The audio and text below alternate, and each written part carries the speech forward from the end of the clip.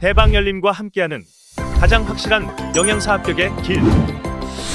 영양사 강의 진행 20여 년 이상, 수많은 합격생들이 추천하는 영양사 특강, 5인의 영양사 합격 전문 교수팀, 20여 년 이상 꾸준히 보완되어 온 강의용 교재. 유사상호를 주의하세요. 대방열림. 안녕하세요. 네, 안녕하세요. 네, 반갑습니다. 영양교육을 담당하는 이승훈입니다. 이 시간부터 영양교육에 대해서 우리가 공부를 할 건데요. 수업에 들어가기에 앞서서 영양교육에 관한 짧은 오리엔테이션하고 그 다음에 출제 비율, 몇 문제나 출제가 되는지, 어떤 파트를 중점적으로 봐야 할지, 그리고 공부하다가 막히거나 할 경우에 어디에다 물어봐야 할지 몇 가지 전달을 좀 해드리고, 그리고 수업을 시작하도록 하겠습니다. 자, 우선 영양교육 과목은 우리 식품영양학과에서 몇 안 되는 문과 쪽 과목이에요. 그래서 어렵다고 생각하시는 분들은 굉장히 어렵게 생각을 하시고, 그리고 쉽게 생각하시는 분은 이거 효자 과목 아니냐, 평균을 올리는 그런 과목이다, 이렇게 생각하시는 분들도 있는데, 다른 시험 과목들이 보통 한 65% 정도가 이과 쪽 파트여서 문과 쪽 개념이 조금 어렵게 느껴지시는 수험생들이 좀 많이 있습니다. 그런데 다행인 것은 매년 14문제 정도밖에 출제가 되지 않는 조금 비중이 작은 과목이기도 하고, 그리고 주로 용어에 관한 문제, 그 다음에 영양교육의 방법에 관한 방법론에 대한 문제, 그 다음에 영양교육 정책이나 더 중요한 게 하나 있죠. 상담 기법이나 상담 이론. 이 부분은 이제 사업과도 관계가 있는데 주로 이쪽 부분이 많이 나오는 부분이어서 여기에만 중점적으로 보시면 14문제를 다 맞추시는 것도 그렇게 어렵지가 않고, 뭐 틀려봐야 한두 문제 정도 틀리는 그런 정도의 정말 우리의 평균을 올려주는 좋은 과목이 아니겠느냐 하는 생각이 듭니다. 우리 수업은 이게 첫 번째고, 두 번째고, 수업은 이론 수업이 있고요. 교재 받으셨지만 이론이 아주 짤막하게 요점 정리가 되어 있어서 필기가 좀 많이 필요하실 거예요. 되게 좀 축약을 시켜놨기 때문에 쓰는 것이 굉장히 손을 통해서 눈으로 보고 쓰는 것이 머리에 숙지가 되는데 굉장히 많이 도움이 되거든요. 그래서 요약 정리본이 있다고 하더라도, 뭐 출력된 게 있다고 하더라도 우리 교재의 빈칸에다가 제가 일부러 빼놓은 부분들을 쭉 판서를 하면은 그걸 같이 좀 적으면서 한 번, 두 번, 또 문제풀이 할 때 또 들어가거든요. 기출문제들이 2019년부터 19, 20, 21, 3개년간의 누적된 기출문제들이 있기 때문에 그 기출문제들을 같이 한번 풀어볼 거고, 거기다가 이제 예상문제까지 단원이, 한 단원이 끝나면 바로 그 단원의 기출과 예상 문제들을 뒤에 가서 풀어보고, 그렇게 진도를 나가도록 할 겁니다. 그런데 제일 어려워하시는 부분들이 뭐냐면 요 용어 부분이거든요. 용어 부분들이 보통 한자 용어이기 때문에 뜻이 그렇게 우리말처럼, 순우리말처럼 바로바로 다가오지 않는 부분이 있어서 최대한 용어에 대한 설명을, 어떤 설명, 이 개념에 대한 설명을 충분히 해드릴 겁니다. 그리고 계속적으로 반복을 할 건데, 여기서 중요한 게 뭐냐면 유사용어 또는 동의어. 예를 들어서 건강신념 모델 그러면은 헬스 빌리프 모델 그래가지고 약자로 영어로 쓰기도 하지만, 건강 빌리프가 믿음이니까 믿음 모형 이렇게 쓰기도 하거든요. 근데 건강 신념 모델 또는 얘네들을 서로 섞어서 쓰기도 하니까 건강 믿음 모델, 건강 신념 모형, 뭐 이런 것들이 있어서 이런 동의어들이 우린 일단 단어가 틀리면 겁이 나는 부분들이 있거든요. 왜 그러냐면 수업 시간에는 그렇지가 않은데 시험장에서는 OMR 카드에 표시를 해야 되는데 하다못해 뭘로 할까요? 그런 거 있어요. 외래어의 표기가 조금 발음상 달라서 모기가 옮기는 질병 중에 댕기열이 있는데 댕기열은 댕기 피버 영어 단어인데 그걸 댕그열이라고 표기를 할 수도 있거든요. 댕그. 근데 기하고 그만 달라도 이게 여기선 괜찮아. 근데 시험장에서는 아무것도 없이 컴사하고 OMR 카드하고 시험지만 있으니까 그래서 그런 부분들을 시간이 있을 적에 우리가 이건 같은 뜻이야. 이건 좀 다른 의미야. 이런 부분들을 설명을 해드리고 갈 겁니다. 이게 되게 기본이 되기도 하고요. 이 기본을 통해서 유추해서 답을 뽑을 수 있는 것들이 꽤 많이 있어요. 그리고 얘도 어차피 암기가 필요한 과목인데 암기도 그냥 단순 암기를 하면 우리가 암기할 게 얼마나 많아요. 생화학도 있고 뭐 영양학도 있고 뭐 이게 메이저인데 이 영양교육에서까지 우리가 뭐 다 암기를 해야 되느냐? 예.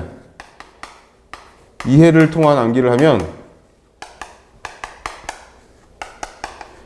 훨씬 오래가고 쉽고 달달달달 외우지 않아도 되는 부분들이 있어서 용어의 뜻, 의미를 이해를 해서 그걸 토대로 해서 암기를 하면은 외우시는데 공부하시는데 어렵지 않을 겁니다. 그 다음에 중요한 거 마지막으로 공부하다가 막혔거나 문제집이 내가 다른 문제집에 있어서 열심히 공부하다가 풀어보는데 해답이 다르다거나 설명이 다르다거나 그러면 확인을 하고 싶은데 영양교육이 뭐 그렇게 굉장히 어렵거나 대단한 과목이 아니어서 몰라서 질문한다기보다는 그런 부분들이 있죠. 확인하고 싶은 거죠, 이제.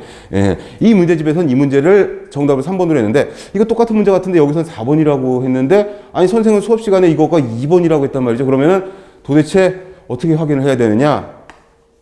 아시죠? 개강한 지가 며칠 됐으니까 네이버에 영양만점, 위생만점.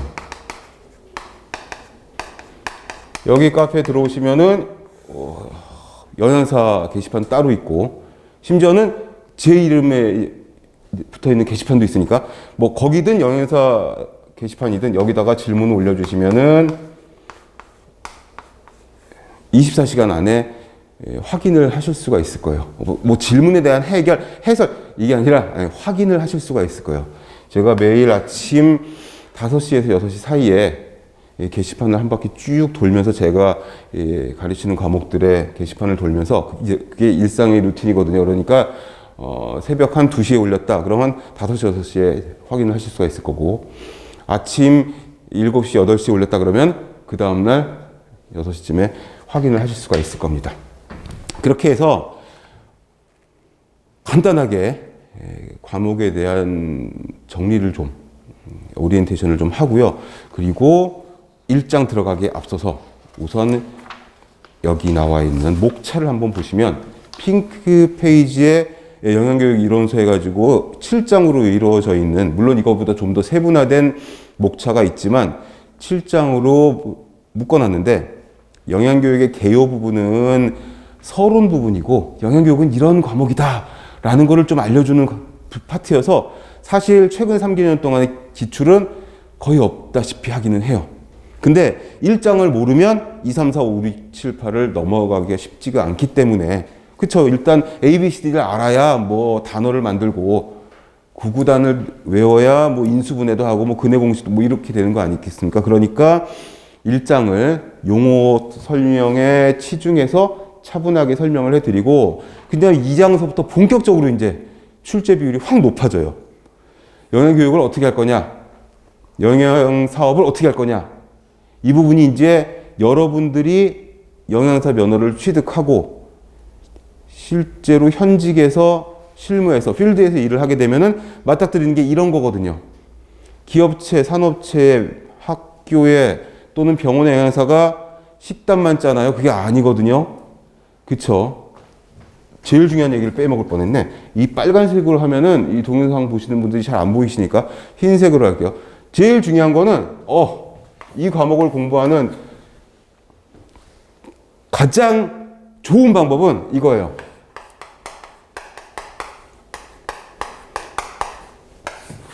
그래, 제일 중요한 건 맨 마지막에 나오는 거죠. 감정이입을 해서 공부하는 거예요. 네. 내가 머릿속으로 상상을 하는 거죠. 내가 이제 시험을 볼 거잖아요, 겨울에. 시험을 보면 영양사 면허를 취득한단 말이죠. 국가에서 인정하는 면허증을 받은 거야. 이제 그러면 내가 실제로 영양교육을 실시하는 교육자가 되는 거죠. 그러면 이거 다 쉬워져요. 왜? 내가 직접 해야 되니까, 내가 가르쳐야 되는 부분이니까 이거를 피교육자에게 어떻게 가르칠까? 어떻게 전달을 하는 게 효율적이고 효과적일까? 이거 생각하면 완전 끝내 쉬워져요. 저는 남학생이어서 이런 일을 하지 않을 거라고 생각을 했었는데 학교 졸업을 하고 시험을 보고 제가 실제로 병원에서 임상영양사를 한 8년 이상을 했었어요. 근데 식단만 짜는 게 아니죠. 환자 식단만 짜는 게 아니잖아요. 우리가 배우는 과목을 다 알아야 되는 거잖아요. 단체 급식이잖아요. 병원 급식도. 직원 해야지, 환자 해야지.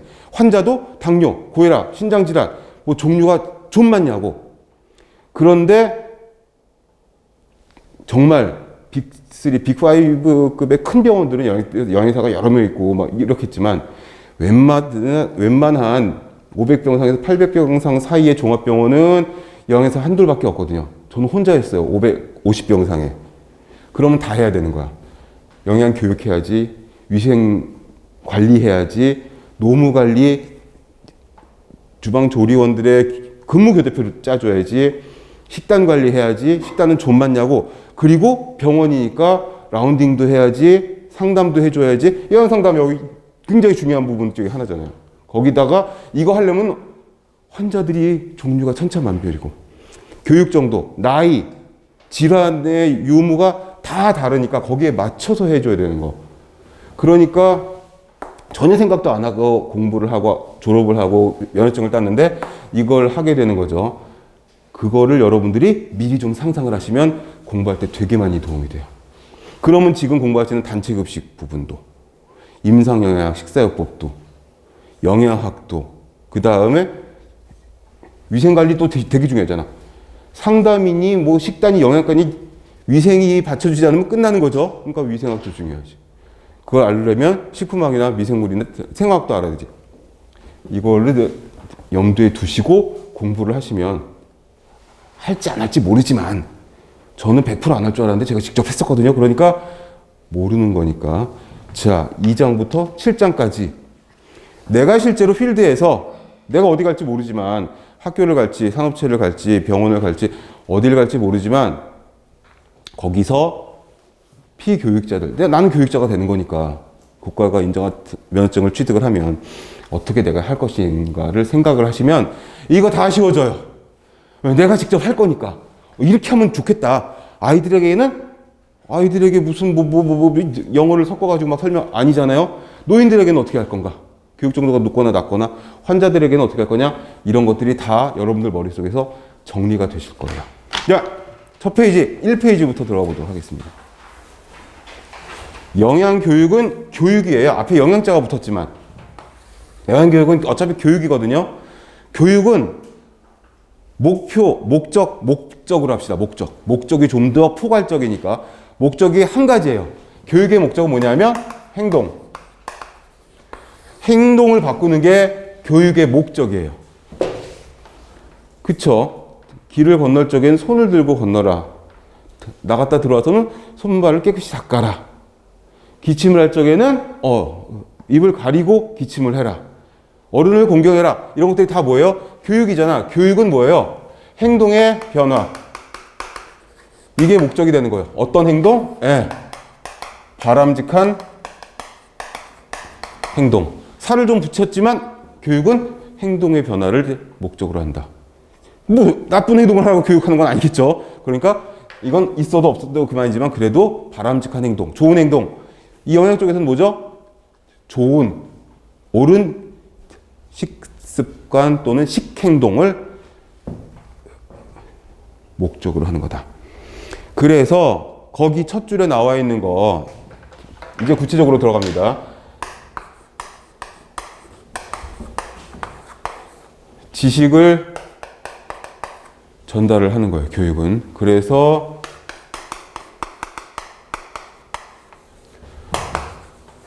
태도를 수정을 하고 또는 태도를 바꾸고 그래서 결국에는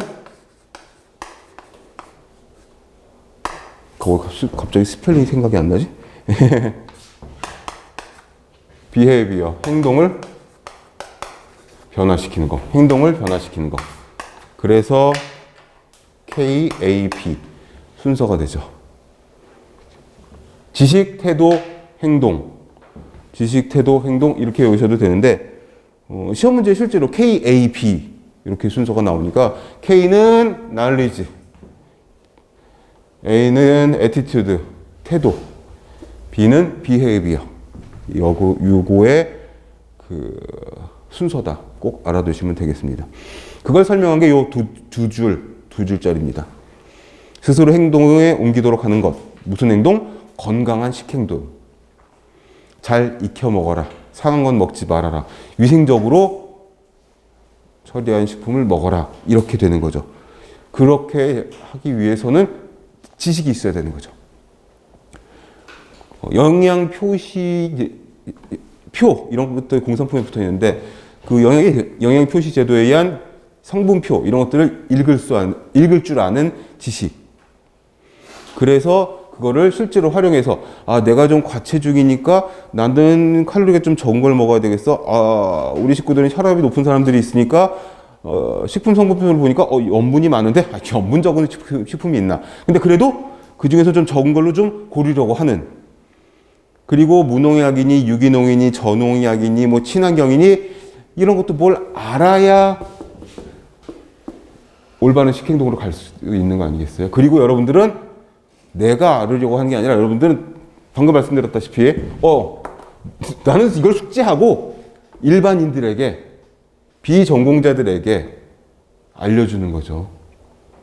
먹는 거에 대해서 굉장히 우리가 진심인 민족이기 때문에 그죠? TV만 틀었다면 다 먹는 거잖아요.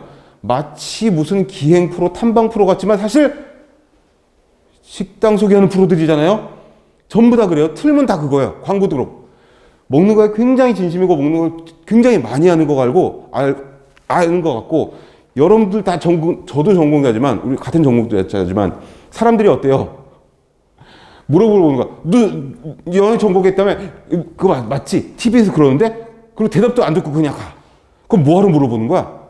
나는 아무 소리도 안 했는데 뭐가 그렇게 몸에 좋다며? 오메가3가 아니 트랜스지방이 나쁘다며? 이러고서 가. 뭐 설명을 해줘. 근데 이거를 좀 알기 쉽게. 그리고 잘못된 지식들이 굉장히 많이 있기 때문에 여러분들은 그런 책임이 있어요. 왜? 이거 교육을 시켜야 되니까. 어딜 가든 병원 가든 학교를 가든 기업체를 가든 기업체는 더 웃겨요. 10몇 명이 점심 식사를 해야 돼. 그럼 여행사 몇 명이 필요해요? 기업체 하나면 되지 뭐. 굉장히 외로운 직업이거든요, 이게. 제가 해봐서 아는데. 그러면은 이쪽에 가는 건 전부 나한테 물어보는 거지. 수시로 전화가, 시대 접수 전화가 직원들이 물어보는 거죠. 병동도 마찬가지예요. 간호사가, 환자가 막 전화해. 붙잡고 안 놔. 병동을 지나가면. 여기에 대해서 전공한 사람은 거의 유일무이하니까. 그래서 굉장히 외롭기도 하지만 잘난 척하기도 좋은데 이거를 알기 쉽게 잘 설명을 해서 잘 전달을 해줘야 되는 그런 2번에 있는 목적과 목표를 가지고 우리가 알려줘야 된다 이거죠. 그래서 목적과 목표가 있는데 목적은 조금 더 포괄적이에요. 목표는 조금 구체적인 거예요. 예를 들어서 영양교육을 잘 시켜서 그래서 어떻게 식사로 인한 어떤 고혈압이나 당뇨 발생률을 줄이겠다 하면 목적이 되는데 2022년부터 2025년까지 당뇨의 발병률을 지금 현재 2022년에 연간 30%인데 이거를 25%로 낮추겠다. 그럼 목표가 돼요. 아시겠죠? 목적 안에 목표가 들어가는 그런 목적이 좀 더 포괄적인 내용이 되어서 목적은 바람직한 식단을 유도하게 함으로써 이건 좋은 거, 옳은 거 고르면 되는 건데 여기 목적에 의해서 우리가 이거 우린 전문가니까 이게 필요한 거다. 그런데 전문 용어를 막 써가면서 설명을 하면은 알아듣지 못하는 사람들이 많으니까. 그러니까 우리는 좀 더 쉬운 눈높이에 맞춰서, 눈높이 되게 중요해요. 지식이나 경제적 상황이나 사회적 그 상황에 따라서 눈높이에 맞춰서 전달을 해줘야 되는 거. 그래서 영양 상태를 개선하고 건강을 유지하도록. 근데 이게 약 먹고서 바로 열이 떨어지거나 바로 소화가 잘 되는 그런 정도의 효과가 아니잖아요. 시간이 좀 지나야 되는 거죠. 꾸준히 지켜줘야 되는 거죠. 그런 부분에 어려움이 좀 있어요. 영양교육의 어려움이. 가시적으로 눈에 딱 뜨이는 이거 먹어보세요. 열이 떨어졌네. 고맙습니다. 이게 아니라 수다비 끊고 운동하세요. 골고루 드세요. 짜게 드시지 마세요. 생활 결과지 보고서는 혈압이 높으시고 혈당도 좀 높으니까 이러이러한 식단으로 가세요. 근데 바로바로 하루 이틀에 나타나는 게 아니라 일주일, 한 달 이상 가야지 효과가 나타나는 거기 때문에 그런 거에 영양교육이 좀 어려움이 있는데, 자, 목표를 보시면 한쪽 가로 이번에 또 나오죠. 지식, 태도, 그 다음에 행동의 개선, 특히 행동 변화. 얘의 교육의 가장 큰 궁극적인 목표는 이거예요. 행동의 변화. 교육은 행동의 변화를 목적으로 하는 거예요. 그래서 바람직한 식생활의 행동이 되면 어떻게 되는 거다? 건강이 유지가 되는 거다. 그래서 어떻게 되느냐? 목표 달성을 하는 의의는 뭐가 있느냐? 바람직한 식생활을 영위할 수 있도록 잘 먹어야지. 수업을 하러 오면서 라디오를 잠깐 듣고 오는데 1인 가구의 숫자가 거의 35% 정도가 된대요. 국내에. 그것도 2020년 기준으로, 통계청 기준으로. 10집 중에 3집 이상이 혼자 사는 사람이란 말이죠. 혼자 사는 가구는 제일 먼저 식생활이 문제가 돼요. 저도 직장 다닐 적에 자취 생활을 했었지만, 근데 우리는 또 그쪽에서 되게 좋은 게, 그쵸. 병원에 삼식을 다 하니까 저는 항상 일찍 출근해서 아침부터 저녁까지 먹고 나오고, 참 영양사들은 그건 좋은데, 일반 다른 직장인들은 이게 제일 문제가 되는 거죠. 바람직한 식생활은 쉽지가 않아요. 혼자서 해서 먹기가. 그래서 여러 가지 이제 대안책들이 나오고 있는데, 진도 나가면서 하나씩 볼 겁니다. 그 다음에 목표 달성은 어떤 의의가 있느냐. 두 번째, 영양 상태가 개선되고, 바람직한 식생활이 되니까 영양 상태가 개선이 되겠죠. 그 다음에 그럼으로써 질병 예방, 건강 증진, 그리고 건강해지면, 많은 사람들이, 전 국민이 건강해지면 뭐다? 사회적인 비용, 건강보험료가 줄어들 수가 있어요. 우리가 내는 건강보험료가. 건강보험 재정이 좋아질 수가 있어요. 여러분들은 젊고 건강하고 이래서 1년에 병원에 가는 횟수가 거의 없다시피 할 건데, 저만 해도 나이가 많지만 저도 그렇게 거의 안 가거든요. 마스크 쓴 이후로는 감기도 안 걸렸던 것 같아. 다들 그러지만. 근데 이게 건강에 안 좋으신 분들은 한 달이고 두 달이고, 그 다음에 매일같이 병원에 가시고, 그게 이제 건강보험으로 묶여져 있으니까 서로 모아가지고 그 부담을 하게 되는 거잖아요. 그러니까 전체적으로 건강해지면 사회적인 비용이 줄어들어요. 전반적인 비용이. 그래요. 여기 눈높이 교육을 해야 되고, 감정이입을 해서 영양교육을 해야 되는데, 영양교육은 개인을 위한 게 아니라, 여러 사람을. 물론 1대1 맞춤식 상담 교육도 있지만, 그건 영양 상담에 대한 내용이고, 일반적으로는 학교에서, 유치원에서, 기업체에서 어떤 식으로 여러 사람의 건강을 위해서, 지금 드리는 말씀들이 다 기출문제에 있었던 것들이에요. 다 중요한 부분이라는 거지. 그래서 이제 영양교육에 대한 어떤 마인드를 조금 좀 심어드리면서 수업을 하는 겁니다. 그리고 위에 것들을 전부 다 아우르는 게 뭐다? 국민 복지 향상. 이게 예전에는 60년대, 70년대, 80년대 직전까지만 해도 개념이 없었어요. 그저 일정 규모가 이상 되면은 영양사를 고용해야 되는 그런 게 있으니까 썼지 영양 교육에 대한 개념은 전혀 없었어요. 그랬는데 이제 90년대 중반부터 영양 교육이 필요하겠다. 이런 움직임이 생겼어요. 그래서 조금 더 지나가지고 영양 교사도 생기고 이렇게 된 거죠, 학교에. 자, 밑에 있는 4번의 과정을 보시면 영양교육은 일단 제가 말씀드렸다시피 여러 사람, 이건 좀 쉽게 쓴 거지만 커뮤니티죠. 커뮤니티, 지역사회.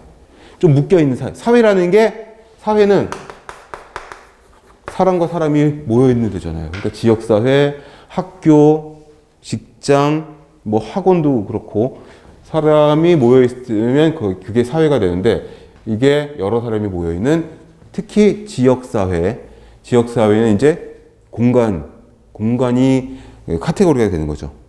여기서 영양 상태가 취약한 집단이 누구냐를 찾아내는 거죠.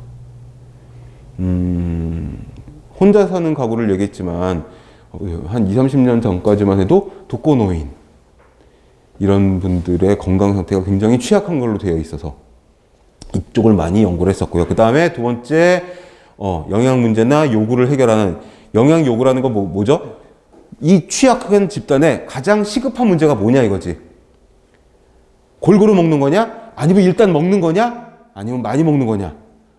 근데 영양 상태가 취약하다고 하는 그런 경제적인 능력이 좀 떨어질 수가 있으니까 일단 규칙적인 식사부터 그 다음에 영양가도 좀 높여주고 질도 좀 높여주고 막 이렇게 되겠죠. 그래서 우선순위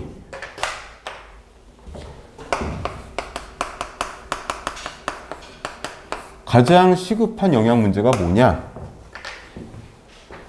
우선순위를 따져서 제일 시급한 거.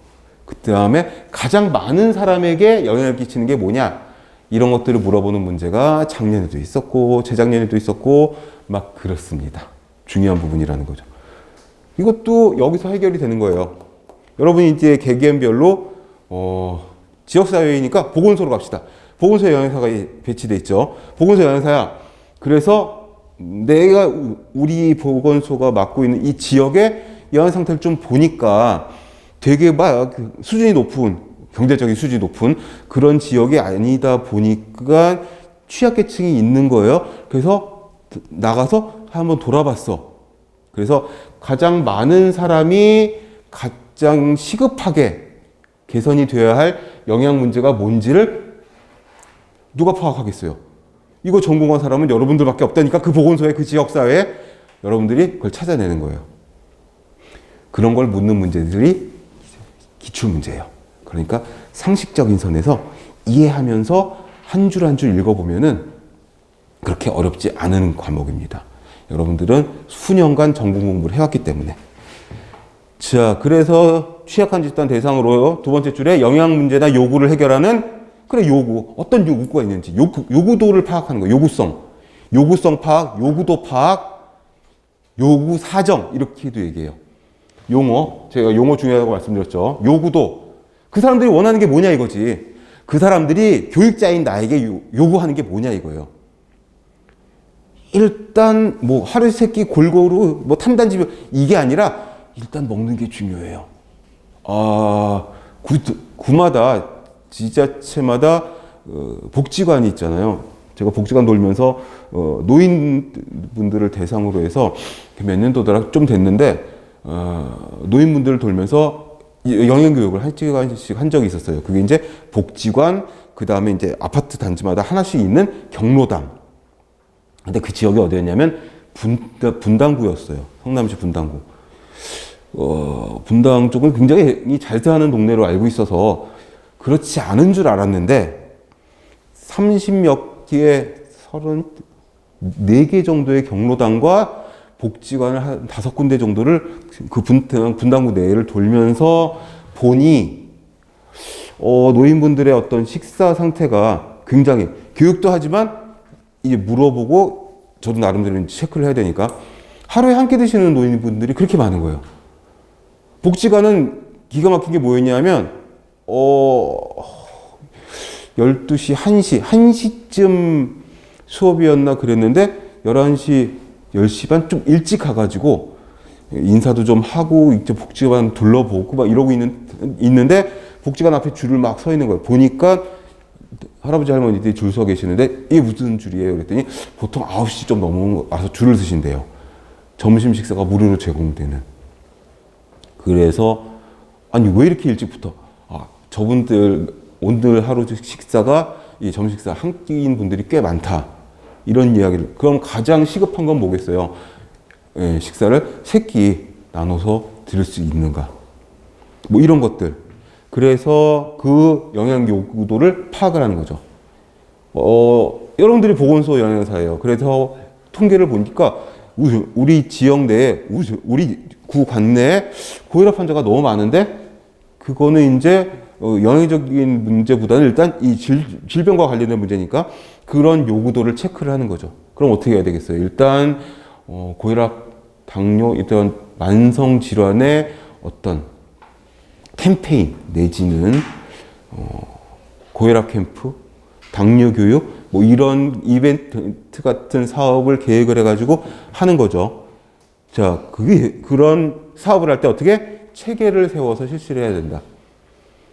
그냥 내가 컴퓨터에서 자료 좀 뽑아가지고 자료 많으니까 내가 전공자니까 오세요, 모이세요, 할아버지 할머니들 해가지고 하는 게 아니라 어떻게 예산을 확보를 하고 언제부터 언제까지 할지 구체적인 계획을 짜고 결제를 받고 그래가지고 체계적으로 하고 이게 일회성이 아니라 맨 밑에 줄에 있는 반복 순환.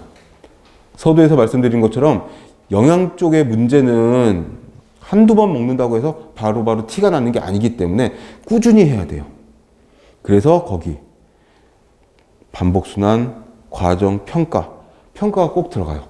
그래서 다음 장에서 나올 거지만 계획을 하고 실행을 하고 꼭 이 평가 과정이 있어야 돼요. 플랜, 두, C. 그래서 PDS가 또 순서예요. KAB처럼 PDS도 순서대로 또 알아둬야 되는 시험에 잘 나오는 파트인데 계획을 하기에 앞서서 뭘 해야 되냐면 누구를 대상자들의 요구도를 파악을 해야 돼요. 그게 뭐냐 하면 너무 앞으로 나간 것 같은데 너무 앞으로 나갔다. 그쵸? 예. 방금 말한 요구도를 진단하는 거예요. 지금 뭐 다음 주에 할 거, 아니면 3교시쯤 할 거가 지금 갑자기 나왔는데 전반적으로 1장에서 우리가 다 맛을 봐야 되니까 그래서 이걸 알아야 계획을 짜는 거 아니겠어요? 그쵸? 대학교 3, 4학년, 고학년들을 대상으로 하는 영양교육이다. 그러면 조금 어려운 말이 들어가도 좀 괜찮을 것 같기도 해요. 그리고 교육 교재나 이런 것들이 글씨가 좀 작아도 괜찮아요. 그런데 유치원에 여러분들이 영양교육을 나갔어. 그 굉장히 중요하거든요. 유치원 영양교육이. 근데 어떻게 글씨가 작거나 유치원 글씨도 모르는 아이들도 있잖아 참. 그러면은 글씨보다는 모형 같은 걸로. 근데 제가 건강보험협회에서 위탁을 받아가지고 분당 지역에 경로당을 나갔어요. 근데 할아버지 할머니들은 물론 배우신 분들도 있겠지만 배우거나 안 배웠거나 어쩌거나 간에 일단 노년기가 되면 눈도 잘 안 보이게 되고 알았던 것도 잊어버리고 젊은 애들도 그런데 뭐 글씨가 작다거나 교재가 영문이 많이 들어가 있다거나 그럼 안 보시죠. 안 봐요. 그래서 그리고 그 노인분들하고 장년층하고 또는 유치원 아이들의 요구도가 달라요. 그렇기 때문에 대상에 맞춰서 대상의 눈높이에 맞춰서 어떤 우선순위가 있는 문제가 있는지를 파악을 해야 계획을 짤 수가 있어요. 그쵸? 아이들이니까 일단 음식 모형이 필요하다. 뭐 슬라이드 PPT 이거보다는 모형이다, 모형. 그 다음에 실행을 하고 평가는 꼭 들어가요. 왜? 여기에 피드백을 줄 수가 있으니까. 앞 페이지에서 뭐라 그랬어요? 반복 실행을 해야 되는데 이거 하지 않고 계속 계획 실행만 하면은 결과가 어떤지, 내가 과연 잘하고 있는지 모른단 말이죠. 그래서 평가를 통해서 잘하고 있다면 조금 보완을 해야 될지, 수정을 해야 될지, 뭔가 평가가 잘 안 나왔다면 전면적으로 바꿔야 되겠죠. 그래서 요 순서대로 교육 프로그램이 돌아가야 돼요. 그게 1페이지의 맨 마지막 줄에 있는 반복 순환 과정, 평가, 결과, 계획에 다시 반영, 반복 실행, 그래서 효과 증대 이렇게 되는 겁니다. 자, 한 장 넘어가면 영양교육의 필요성에 대해서 나와요. 자, 큰 글자들만 보시면 밑에 왜 영양교육이 필요하냐, 2페이지 두 번째 줄에 보시면 인구 사회학적인 변화가 있었어요. 그쵸. 우리 다른 과목에서도 보지만 6, 70년대에 우리의 영양 상태나 식생활, 이거하고 현재의 식생활하고는 굉장히 차이가 많이 나잖아요. 그게 80년대, 90년대 들어서면서 급격하게 막 바뀌었어요. 그래서 인구 구조, 식생활, 그 다음에 가족 공동체, 식문화 이렇게 막 변했고, 두 번째 큰 글씨만 보는 거예요. 질병도 바뀌었어요.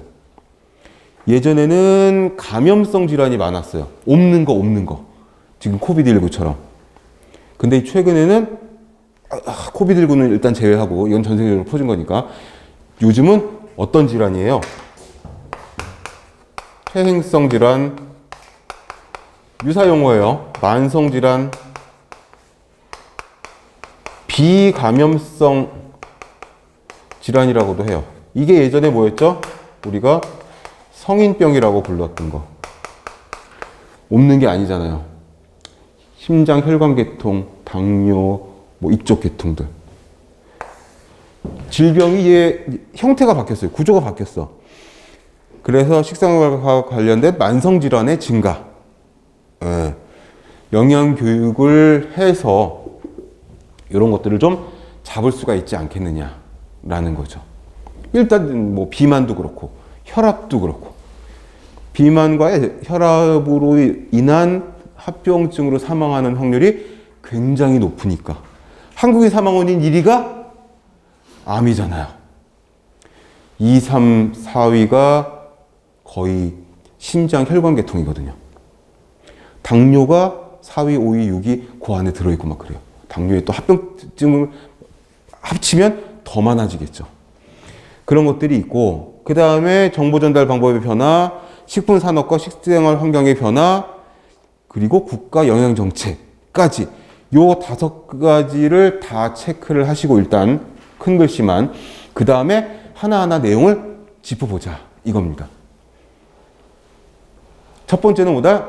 인구 사회학적 변화. 일단 인구 구조가 바뀌었죠. 저출산 고령화는 뭐 늘 듣는 얘기고, 그러니까 고령화가 되면서 건강 수명을 증가시키기 위한, 그냥 수명 아니고 건강 수명이라고 되어 있죠. 이거는 다른 과목에서 들어보신 적이 있죠. 평균 수명이라든가 기대 수명 말고 건강 수명. 건강 수명이 뭐죠? 우리가 그냥 일반적으로 숨이 붙어 있는, 살아있는 바이탈 사인이 있는 그 수명이 아니라 건강하게 생활을 영위할 수 있는, 행동을 하고 스스로 옷을 갈아입고 밥을 먹고 할 수 있는 그런 활동, 건강한 활동을 할 수 있는 그 수명. 그래서 두 가지로 나뉘잖아요. 우리 평균 수명이 80세가 넘은 건 오래전 일이죠. 여성이 남성보다 몇 살 더 많이 살고, 근데 정부에서 건강 수명을 77세, 73.6세로 정하다. 그 말은 뭐냐면 평균 수명이 늘어나는데 그 안에 우리가 건강하게 의식을 가지고 활동을 제대로 할 수 있는 그 수명도 조금 늘려보자. 이 건강 수명은 평균 수명보다 조금 짧겠죠, 아무래도. 그렇게 이해를 하시면 되겠습니다. 그리고 다른 정의도 있어요. 건강 수명에 대해서. 만성질환이나 치명적인 질환에 걸려가지고 사망할 확률이 가장 적은 그 정도의 수명을 또 보기도 합니다. 아무튼 고령화가 됐고 식생활이 바뀌었어요.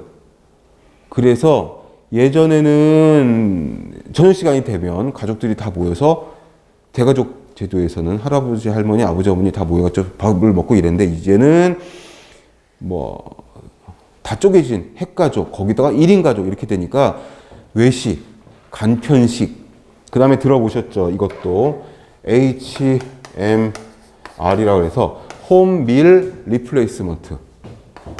우리말로 뭐라고 하더라?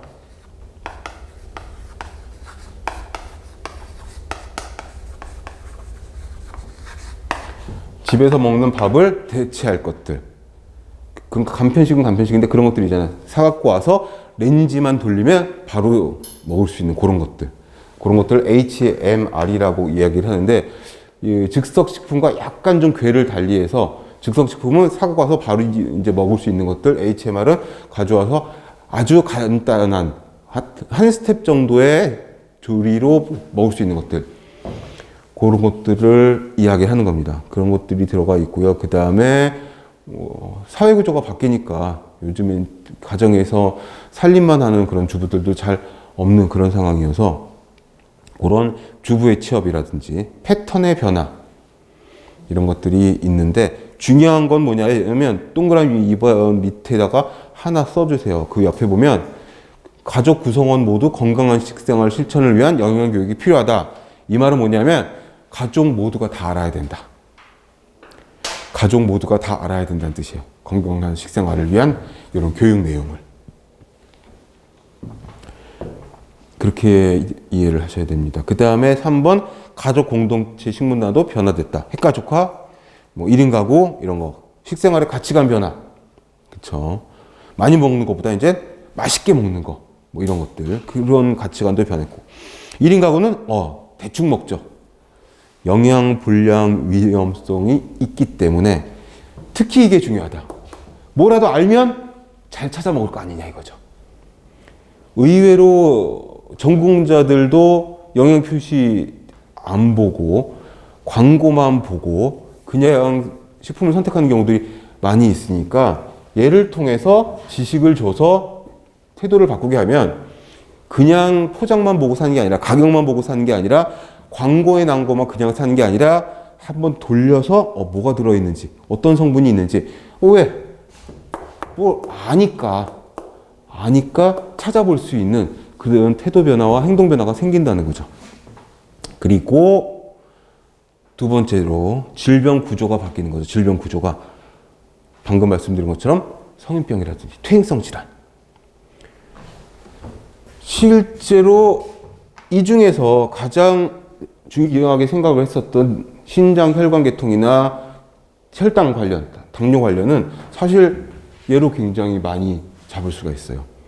운동요법, 식사요법, 무슨 약물요법 여러 가지가 있지만 그래도 식사가 기본이니까.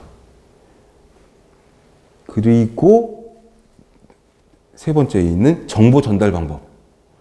정보의 홍수야.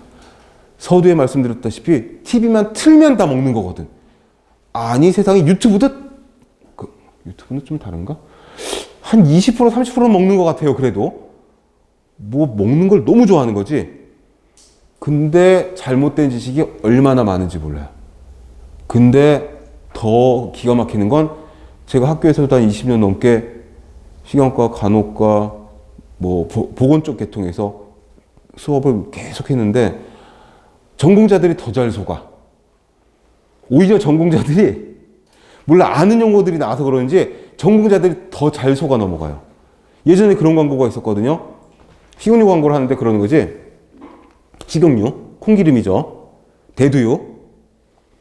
그 가장 믿을 만한 대표적인 국민 어머니가 나와서 그러는 거지.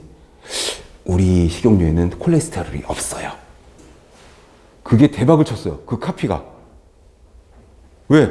콜레스테롤은 부모님의 원수니까. 그쵸. 우리의 주적이니까. 콜레스테롤이 이 식용유에 없다는 거야. 그러니까 조금 몇백 원 비싸게 팔아도 다 팔리고. 그때 4년제 대학에 식용과 들어가서 야 콜레스테롤이 제일 많이 들어있는 식품 딱 그랬더니 뭐인지 알아요? 식용유요. 4학년생 애들이 그러는 거야. 딱 그거랑 똑같죠? 다음 중에서 가구가 아닌 걸 고르시오. 1번 책상, 2번 의자, 3번 침대, 4번 탁자. 가구가 아닌 건 침대잖아. 침대는 과학이니까. 똑같아요. 식용유에 콜레스테롤이 있어 없어?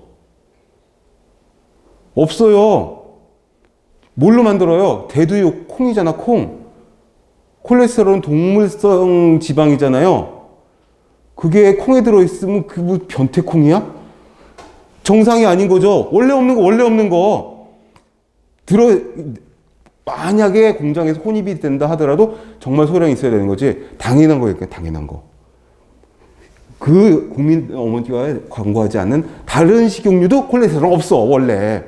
근데 우리는 어떻게 인식하냐면, 오해하는 거죠. 원래 많은데 그 식용유만 뺐나 봐. 상표를 기억해야지. 비싸서 사는 거야. 그리고 수업에 들어가서 심지어 국립대학인데 대학교 4학년 식용과 학생들에게 자 오늘은 콜레스테롤 어디 제일 많이 들어있어? 그러면 식용유요 뭐 이런다니까 말이 돼요 이게? 딴 데도 안 들어있어. 거짓말 안 했죠. 그 다음에 허위 광고 아니죠. 허위 광고 거짓말 안 했으니까 과장 광고 아니지? 없으니까 당연한 거니까 얼마나 좋은 카피냐요. 그걸로 매출이 엄청 올라. 그게 뭐다? 어마어마하게 거짓 정보가 판친다는 거죠. 와, 갑자기 열을 받아가지고 막 목소리가 커졌는데, 하나만 더 예를 들게요. 이것도, 아니, 여러분들이 알아야 되는 내용이야. 뭐냐 하면, 국내 3대 일간지 중에 가장 탑을 달리는 그 일간지의 인터넷판에서 무슨 건강 꼭지로 나와요. 그러면은 질문이 들어왔어요. 제 SNS로 학생이 이거 맞는 기사인가요? 이거를 참고를 해도 될까요?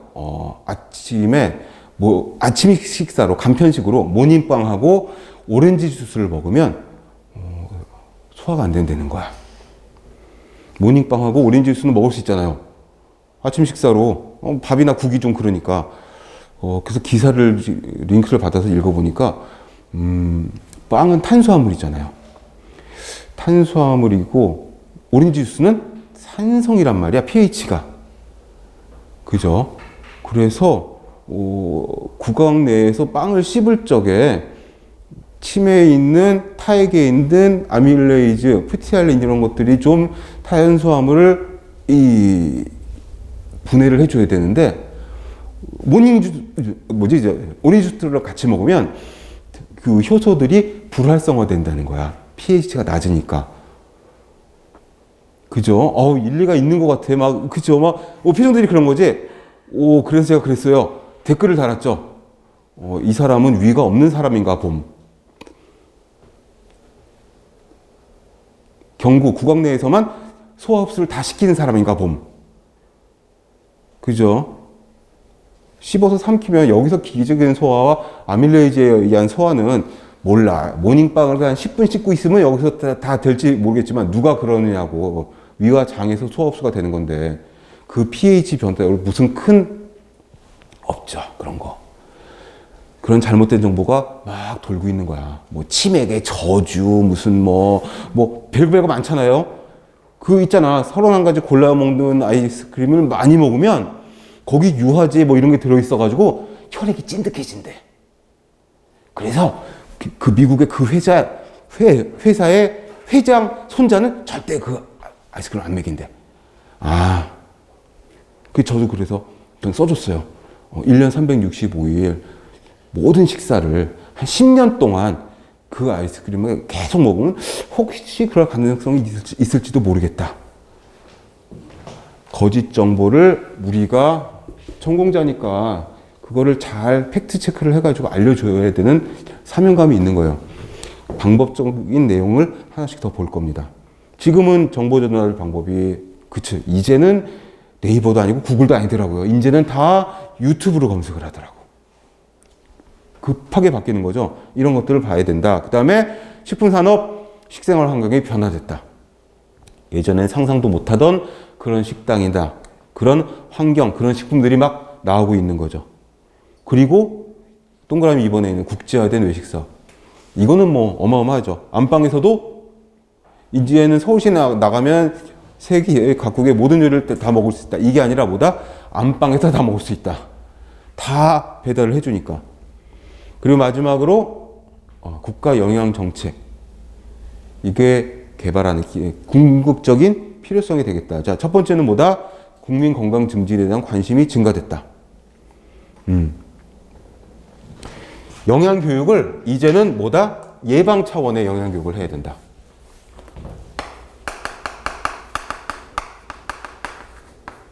예방 차원의 영양 교육. 이게 95년도에 국민 건강 증진법. 이게 만들어졌어요.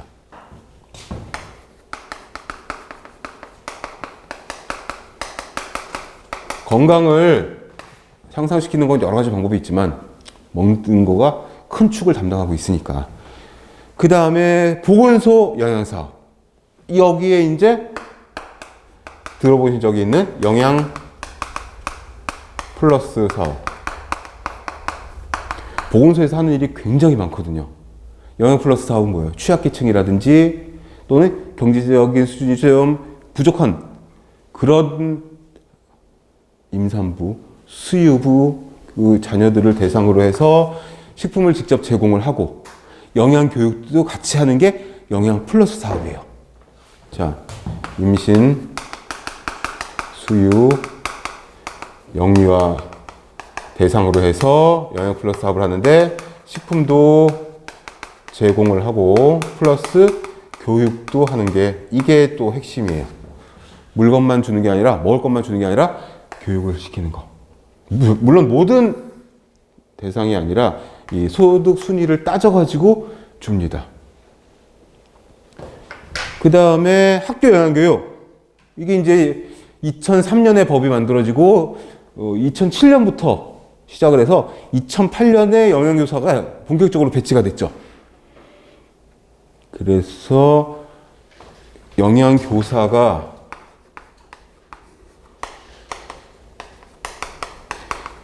배치가 됐는데 이게 이제 뭐다? 예, 학교급식법에 의한 이거는 법규 시간에 나오겠지만 학교급식법 제7조에 의한 영양교사가 배치가 됐고 그 다음에 어린이 영양관리가 또 관심이 높아졌다. 그래서 어린이 식생활 안전관리특별법, 어린이 급식지원센터 이런 것들이 생겼고 다 여러분들이 나가서 우리 전공자들이 나가서 일을 할 부분들. 그 다음에 국민영양관리법. 거기에 써주세요. 이게 2010년에 제정이 됐는데 영양자가 들어간 법은 처음이에요. 이게 최초예요. 식품위생법, 뭐 식품이나 위생자가 들어간 법들은 많았는데 이 2010년에 국민영양관리법은 처음 영양자가 들어간 거예요. 2010년 이전에 영양자 들어간 법이 없었어요. 해서 여기까지 보시고 잠시 쉬었다가 우리가 2페이지 밑에 있는 영양교육을 실시할 때 어려운 점이 뭐가 있는지 여기부터 다시 보도록 하겠습니다.